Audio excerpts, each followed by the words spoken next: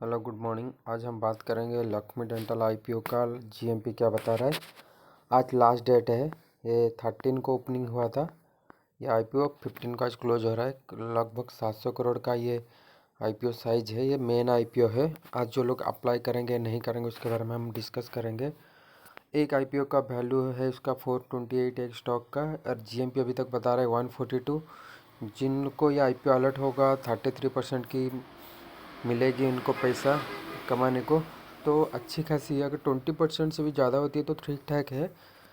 तो इसमें अप्लाई करने के लिए मैं बोलूँ तो आराम से आपको 30% की गेन मिल जाएगी।